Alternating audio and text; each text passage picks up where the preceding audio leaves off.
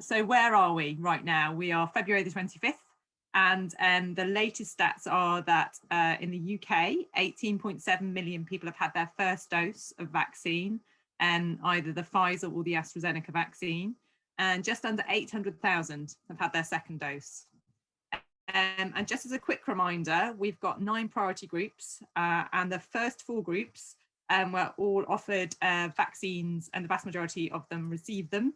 And those first 4 groups, just as a quick reminder, I know that hopefully this is all sort of second nature to you now, but just to remind you, they were residents and care homes of older adults and their staff, people who are over 80 years old, 80 years and older, and frontline health and social care staff, people over 75 years and people over 70 years, and the clinically extremely vulnerable.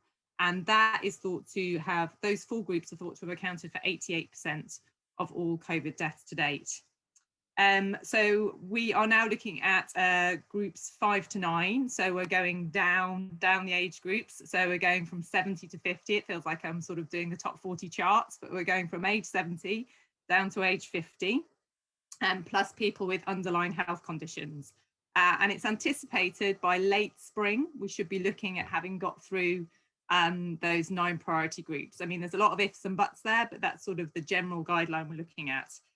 I know there are some questions coming up tonight about prioritising groups, and I know Bruce in particular has got a question in about people with disabilities, so I won't go into that now.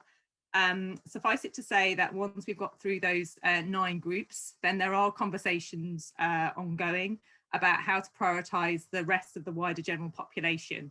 And I'm sure you've heard conversations, you've had them yourself about, whether we should prioritise teachers, whether we should prioritise the police, and all those are really worthwhile conversations. I just wanted to give you a quick snippet from the Joint Committee on Vaccine and Immunisations, and the committee that provides independent advice to the government about how these priority groups are set.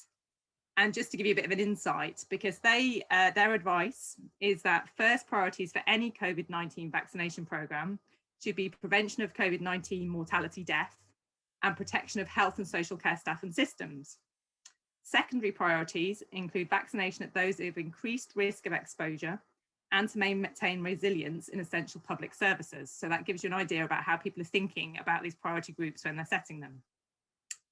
So what impact is the vaccine having? Again, I'm sure you've all heard this on the news, but just to recap, and I'm sure you've seen Patrick, Chris, and Jonathan Van Tam do these graphs, but hospitalisation and death rates are falling, particularly in the over 80 age group, which gives us the first indication that it looks like vaccinations are reducing hospitalisation and death. It's still early days with the stats, so we need to see more statistics, but that looks positive. We're also seeing preliminary evidence that vaccines are looking like they reduce COVID transmission, which is interesting and great. Again, still preliminary, so we need to see more statistics, more evidence, and we'll be able to report back on that more in the future. We also need to be aware that even though the vaccine is one very important, excellent thing that the NHS is doing, we still need to be aware of the restrictions that we have on our lives and the importance of maintaining infection control for all of us. So the importance of maintaining very good hand hygiene, the importance of social distancing, wearing masks in public spaces, that we're going to lift those restrictions slowly. The government has now revealed its, what do they call it, a roadmap, but it's going to be very slow. Those restrictions are going to be lifted very slowly. And I am supportive of using data at every point in those restrictions to see what's happening and to make sure that we don't get another surge. There's no way any of us want to go back into lockdown, and we definitely don't want to see those death rates rising again. Very quickly, one final thing before I stop talking and get to the important part of the questions is that even though the UK rollout has been absolutely fantastic for vaccines and it should be celebrated, and the NHS, the amazing staff, should be congratulated, and the systems are fantastic, they're really good, and we should be incredibly proud.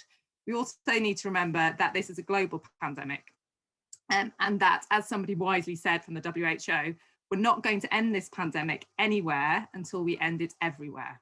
So with that in mind, I just wanted to highlight an initiative called COVAX, which is a global initiative led by the World Health Organization and Gavi, the Global Alliance on Vaccine and Immunizations, and other partners. And they basically have been coordinating a global approach to make sure that across the globe, those that are most at risk are getting priority vaccinations, and also that we can end this pandemic globally.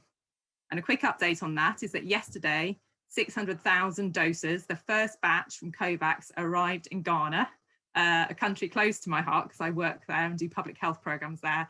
So 600,000 doses arrived in Ghana of the AstraZeneca vaccine. So that's the first step through COVAX of rolling out a global solution. And it's really important for us to remember that we must celebrate what we do in the UK, but we must end this globally.